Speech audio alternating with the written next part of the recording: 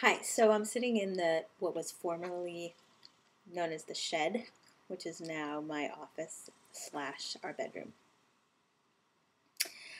So I was given the assignment to think about the word McDonald's, or to let the word McDonald's spark my memory, and I have to say, it's like so many memories that happen with the word McDonald's. But the one that first came to me the second Lisa said it to me yesterday, or sent it in an email, is that when I was little and living in Stillwater, my grandparents, Grandma Gertie and Grandpa, my dad's parents, would always drive from Detroit down to Stillwater to see us. I think that was also true in Tulsa. But anyway, a big part of their drive was right outside of when they got to Tulsa, or they were like a couple hours away. They drove under on the interstate, America's largest McDonald's. That was the claim.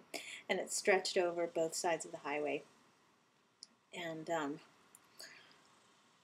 there was some sign that said, like, however many billions of burgers eaten there, which I think most McDonald's said.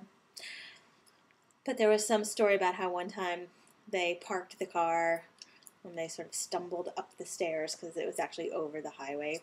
So you'd park on one side of the interstate and then walk up the stairs to this elevated McDonald's, get your food, and then come back down. And they walked down the wrong set of stairs, so they were in the parking lot for the cars headed north instead of the cars headed south.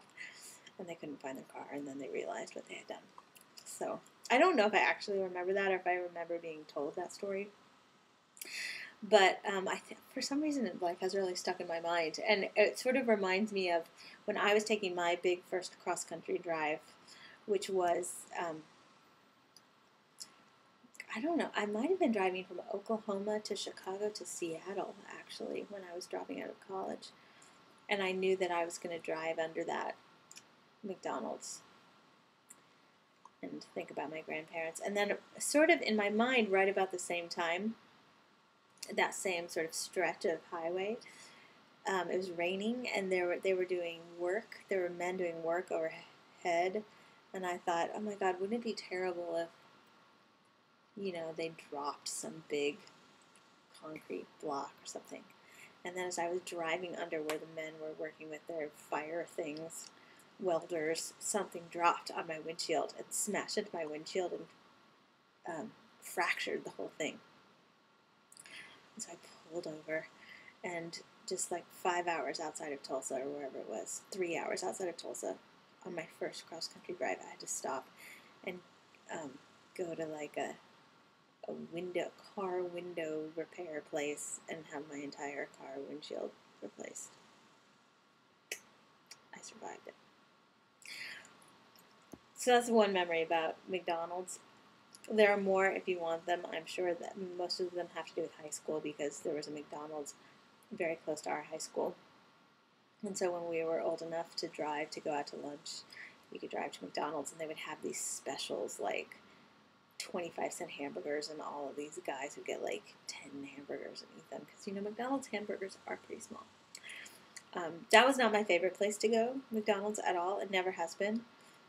Oh my God, although one time when we were little, my sister was a really picky eater, and we were going to this place in nursery school. I think I've just told you this story before. And so we went to McDonald's, and I ordered a regular hamburger, but she wanted like a cheeseburger with nothing on it, which of course took forever because they had to make it special. And then one time, also around that time when we were moving to Tulsa, somebody went out to get McDonald's for everybody when we were packing. And I didn't end up with a hamburger. I ended up with a Big Mac. And I was like, ooh, my God, a Big Mac. I was 7. I was a little intimidated by the Big Mac.